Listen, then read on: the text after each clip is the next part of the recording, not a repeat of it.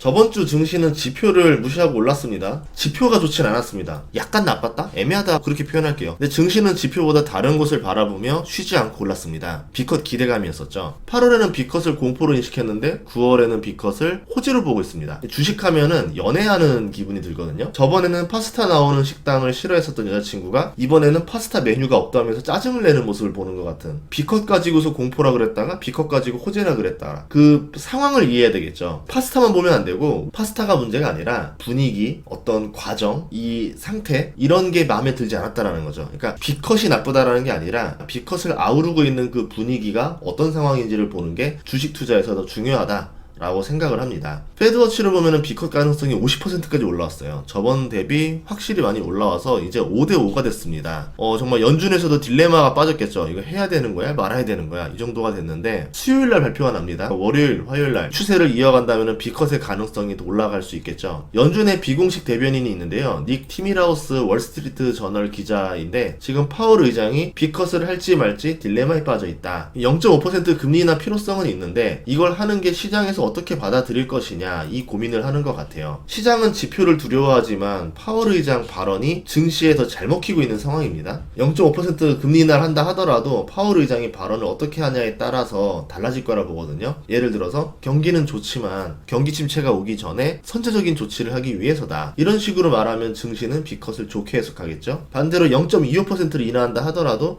경기가 좋기 때문에 금리 인하를 B컷으로 할 필요가 없다 라고 이야기하면은 증시에서도 나쁘다 생각하지 않을 겁니다. 향후의 데이터에 따라서 금리 인하폭을 탄력적으로 조율하겠다, 이렇게 말해도 시장에서 좋아하지 않을까 생각하고 있어요. 결국 B컷이냐가 중요한 게 아니라 이 B컷 다음에 파월 의장이 어떤 발언을 하느냐가 시장의 결정타를 날리지 않을까, 이렇게 보고 있거든요. 시장이 동요할 때가 언제냐면 파월 의장이 발언한 직후가 아니라 파월 의장이 발언하고 나서 한 달 뒤 그쯤에 데이터들이 막 나올 거 아니에요. 데이터들을 보니까 파월 의장이 한 말이랑 안 맞는데, 뭐가 이상한데, 연준이 놓친 것 같은데, 실기한 것 같은데, 이럴 때 증시에 위기가 옵니다. FOMC 직후까지는 파월 의장의 말이 시장에 통한다 하더라도 이제 10월 접어들고 나면은 고용, 소비, 물가, 그리고 10월부터 11월에 기업들 실적 나오겠죠. 그걸 보면서 시장이 움직이겠죠. 그리고 증시는 유동성이라는 멘틀 위에 떠다니는 대륙에 불과합니다. 결국 이 시장에서 누가 유동성을 부어주는지를 보면서 투자를 해야 돼요. 우리가 식당에 가더라도 맛있고 맛없고는 그날의 기분이라던가 공복 상태에 따라서 달라지는 경우가 많잖아요. 배고플 때 먹으면 다 맛있어요. 유동성이 좋을 때는 잡주도 주가가 많이 오릅니다. 유동성이 좋아지고 금리가 빠른 속도로 인하된다?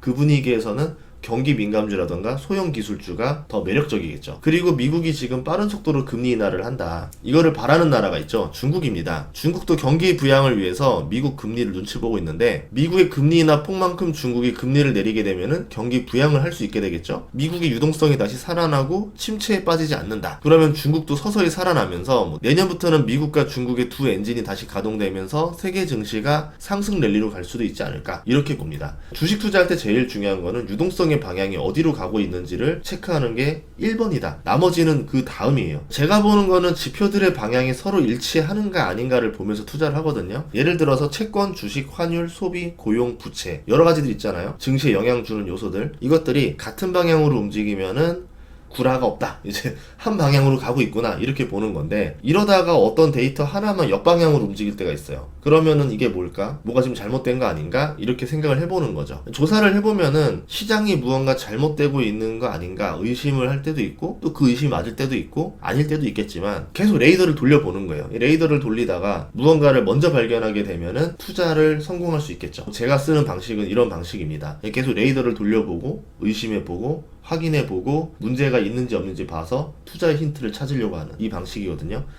이번에 B컷 기대감이 약간 그렇긴 해요. 숫자 하나가 일치하지가 않는데 그 하나가 증시입니다. 다른 것들은 B컷의 기대감이 그대로 반영되고 있어요. 금은 사상 최고치를 갱신했고, 채권 금리는 내려갔고, 달러 지수도 약해졌습니다. 9월 2일 기준으로 미국채 10년물 금리가 3.9%였었어요. 근데 지금 3.65%입니다. 0.25%가 내려갔죠. 그러니까 채권 금리는 B컷 가능성을 반영하고 있다는 거예요. 국채 금리처럼 달러 가치도 101입니다. 한두 달 전에 104에서 105를 오갔는데 벌써 많이 내려왔죠. 그러니까 B컷을 예상해서 약달러로 왔다 볼 수 있습니다. 100이 깨지면 본격적으로 약달러 시대라 봐야 되거든요. 미국으로 쏠렸던 돈이 신흥국으로 가고 달러에 있던 돈이 엔과 유로로 갑니다. 미국 증시가 오른다 떨어진다를 떠나서 신흥국이 훨씬 더 유동성이 들어오니까 증시 상승의 가능성이 높아진다 이렇게 볼 수 있겠죠. 약달러가 되면 미국은 수입 물가가 오르게 되는데 자국 제품의 경쟁력이 일시적으로 오르게 되겠죠. 반대로 수출을 하는 제조업은 경쟁력이 또 생깁니다. 미국이 최근 제조업 고용 둔화가 눈에 띄었었는데 약달러로 일시적인 문제 해결을 해볼 수 있을 것 같아요. 그러니까 지금 선거를 위해서 미국은 약달러가 필요하다. 그런데 이렇게 됐을 경우에 인플레이션을 먹게 되는데 인플레이션이 빠르게 둔화되고 있으니까 지금은 약달러 전략을 쓸 수 있게 됐다라고 볼 수 있겠죠. 만약에 파월이 비컷을 한다면은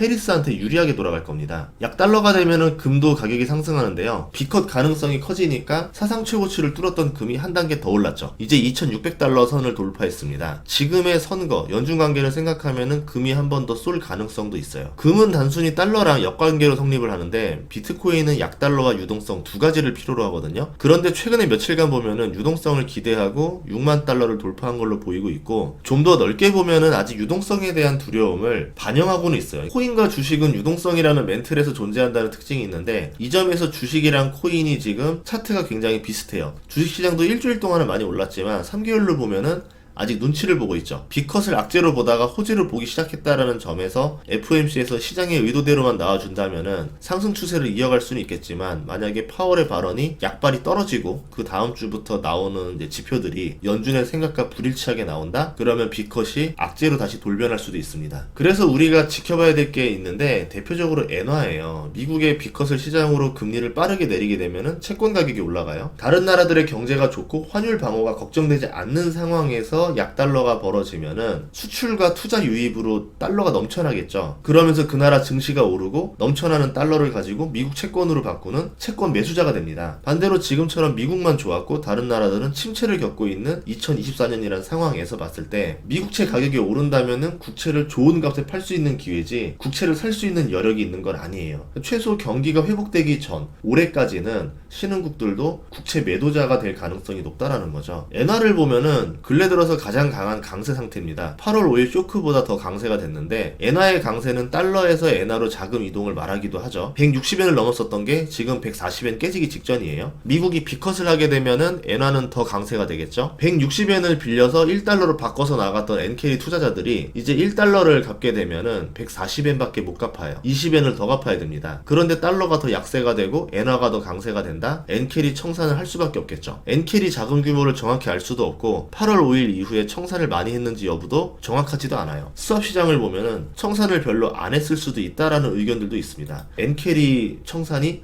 본격적으로 나올 수도 있다는 거죠. 미국이 금리를 빠르게 내리면은 일본은 가만히 있어도 금리 차가 줄어들게 되는데요. 8월 5일 쇼크 이전에 7월 말 기준으로 미국 10년물 기준금리가 4.28이었었어요. 일본의 10년물 금리가 1.03이었습니다. 간격이 3.25% 정도 차이가 났죠. 엔캐리 트레이드를 하면은 단순히 금리 차를 다 먹는 게 아니에요. 이 과정에서 여러 비용이 포함되거든요. 3% 정도 간격은 나와야지만 먹을 게 있다 이렇게 말을 하는데 지금은 미국채 10년물이 3.65, 일본이 10년물이 0.85입니다. 2.8% 정도밖에 차이가 안 나죠. 지금 엔캐리 트레이드를 하는 것보다는 엔캐리 청산을 하는 게 더 낫다라는 거죠. 여기에 미국 기준금리가 더 빨리 내려간다? 엔캐리 청산 압박을 더 받을 수밖에 없죠. 스프레드가 훨씬 더 줄어드니까. 그래서 엔캐리 청산이 본격적으로 나올 수도 있다 이런 얘기들이 있는데 엔캐리가 시장에 어떻게 충격을 주는지 미국도 봤기 때문에 엔캐리 청산이 대선 전에는 나오지 않도록 어떤 조치를 취할 가능성도 있다라고 봅니다. 맞춰가면서 조율을 해나가겠죠. 일본의 금리 결정이 미국 FOMC랑 같은 시기에 열리거든요. 다 이번 주에 열립니다. 미국은 비컷을 하고 만약에 일본이 금리 인상을 결정한다? 그럴 일이 없겠지만 그런다고 하면은 이거는 일본이 미국을 매기기 위한 전략일 수밖에 없어요. 제2의 진주만 사태급일 겁니다. 그래서 동결할 가능성이 매우 높다라고 보고 있고 일본은 기준금리 1%까지 3단계를 더 올릴 가능성이 존재를 하는데 시장에 충격을 주지 않기 위해서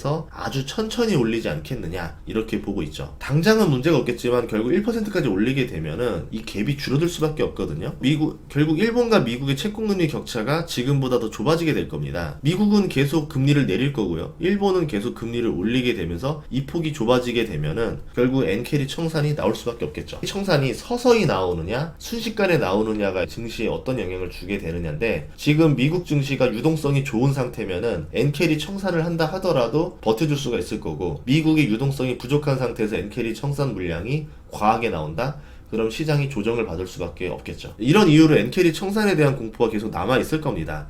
그래서 실제로 일어날 가능성보다는 시장에 공포를 주는 용도로 자주 쓰일 가능성이 있어요. 아마 이게 내년까지 계속 재탕 삼탕하면서 우려먹지 않을까. 제일 중요한 거는 유동성이라는 멘틀이 미국 증시에 계속 존재하느냐라는 거죠. 단기적으로는 TGA 계정에서 1000억 달러가 증가하고요, 영래포에서 2000억 달러가 증가하는 거로 지금 예상이 되고 있거든요. 그러면 9월에 남은 연준의 준비금은 3000억 달러가 줄어들게 됩니다. 그러면 총 준비금이 3조 달러 아래로 내려가게 생겼어요. 보다시피 준비금이 미국 증시 움직임이랑 매우 흡사한데, 2021년 가을에 미국 증시가 정점이던 시절에 준비금도 정점 찍었었죠. 22년에 증시 하락이랑 준비금 감소가 같이 이어졌었습니다. 23년 이후에 실리콘밸리 은행이 갑작스럽게 파산을 하고 연준과 재무부가 아주 빠르게 대처했어요. 마치 예상했다라는 것처럼 위기를 극복했는데 그 이면에는 준비금 증가를 불러오게 만들었습니다. 겉으로는 AI 성장으로 보였지만 준비금은 올해 2월에 정점을 찍었고요. 증시도 몇 달 뒤 정점을 찍고 상승 동력이 떨어지고 있는 상태입니다. 실리콘밸리뱅크 파산으로 등장했던 은행 정기 자금 조달 프로그램이라고 해서 BTFP라는 게 있는데, 이것도 이제 마감이 됐거든요. 3월 달에 1,700억 달러로 정점을 찍었다가 지금은 1,000억 달러 아래로 내려갔어요. 이게 좀 있으면 빠르게 0으로 내려가게 됩니다. 준비금을 더 줄어들게 만드는 요소가 되겠죠. 예를 들어서 준비금이 늘어나는데 증시가 오른다?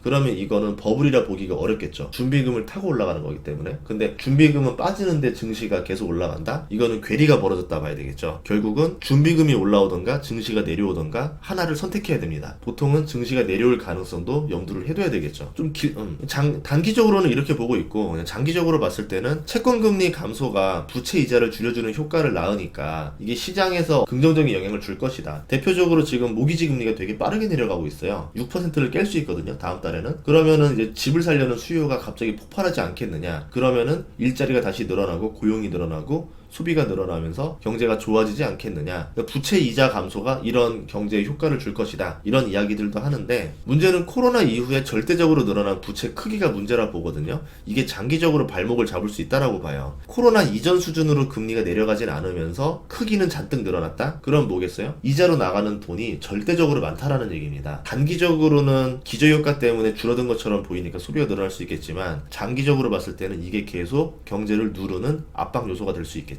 사람들이 대출 이자로 계속 돈을 갚아 나가게 된다는 거는 유동성을 활용하지 못한다는 거거든요. 소비와 고용이 줄게 만드는 거고, 결국 침체로 시장 분위기를 만들 수도 있지 않을까. 장기적으로 서서히, 예를 들어서 뭐 미국 경제가 왜 이렇게 안 살아나? 왜 이렇게 고성장이 안 나와? 뭐 이런 얘기가 나올 수 있지 않을까 보고 있고요. 유동성이 줄어들게 되면은 침체로 시장 분위기를 몰아가게 돼요. 침체다 이렇게 되면은 소비할 걸 더 안 소비하게 되니까 훨씬 더 나빠지죠. 직원을 해고할 생각이 없었는데 주변에서 침체라고 하니까 대응해야 되는 거 아니야? 이러면서 직원을 또 해고하게 됩니다. 이런 분위기가 오히려 진짜 침체를 만들 수도 있다라는 거죠. 현재 시장은 침체는 약할 것 같은데 금리는 그거보다 더 많이 인하하는 B컷을 한다고 생각을 하고 있거든요. 그래서 상대적으로 이익이라 보고 있어요. 그러니까 호재로 생각해서 증시가 오른 거고, 실제로 B컷이 나오고 증시 상승으로 이어진다면은 아까 말했던 대로 준비금이랑 괴리율이 더 벌어지게 되는 거죠. 내년에 명목 GDP 성장률이 4%인데요. 인플레를 제외한 실질 GDP 성장률이 2% 정도밖에 안 됩니다. 그런데 S&P 500의 내년 EPS 성장률이 15%를 예상하고 있어요. S&P 500이 그렇게 다 할 수 있을 거라 보진 않아요. 그렇게 하지 못하는 기업들이 꽤 나올 수도 있지 않을까 보고 있거든요. 이 괴리를 좁히려면은 대선 공약에서 증시를 부양할 수 있는 정책이 나와야 되겠죠. 법인세를 인하한다던가 IRA 같은 대규모 부양책이 나온다던가, 이런 것들이 나오면은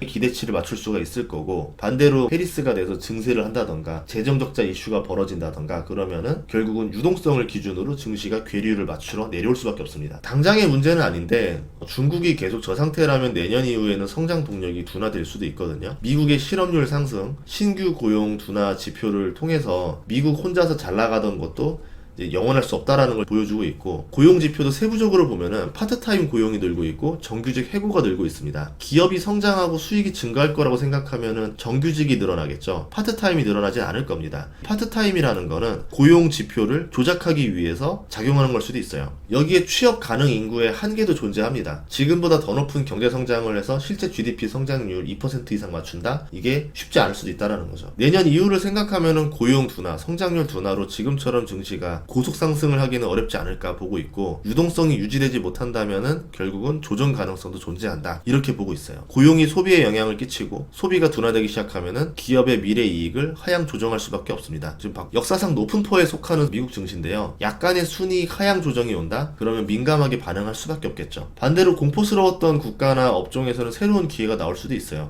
그러니까 무조건 증시를 다 팔자 이게 아니라 새로운 기회도 찾아야 됩니다. 저렴하지만 두려워서 손이 안 갔던 신흥국이라던가 한국 주식이 수혜를 볼 수도 있을 거고, 기술주의 쏠림이 있었던 미국 증시도 빅테크 7종목을 빼고 나면요, S&P 500 PER이 17.5배밖에 안 돼요. 미국 주식 내에서도 상승 여력이 있는 종목들이 나올 수가 있어요. 시야를 넓게 돌려야지만 상황이 변하는 걸 예상해 볼 수가 있거든요. 우리는 추석이라서 증시가 5일 동안 쉬지만 미국은 내일 당장 다시 시작을 합니다. 이런 상황에서 FOMC에 대해서 긍정적인 방향, 부정적인 방향을 다 예상해 두고 어떻게 대처할지 미리 생각을 해두면 어떤 상황이 온다 하더라도 당황하지 않을 수 있거든요. 시야를 넓게 돌려야지만 상황에 대처할 수가 있습니다. 우리는 지금 추석이라서 증시가 5일 동안 쉬는데 미국은 내일 당장 다시 시작을 해요. 흐름이 어떻게 이어질지 잘 확인을 해야 됩니다. 추석이라고 너무 그냥 쉬지 말고 추석일 때 오히려 좀 더 공부를 할 수 있는 시간으로 다지면 어떨까 생각해 보시면 좋을 것 같습니다. 그래서 추석 특집으로 놀면 뭐하니를 한번 해보려고 하거든요. 여유 있을 때 볼 수 있을 만한 주식 투자에 도움되는 영상들을 올릴 테니까 시간 넉넉하실 때 많이 봐주시면 감사하겠습니다. 다음 시간에도 좋은 정보로 찾아뵙겠습니다.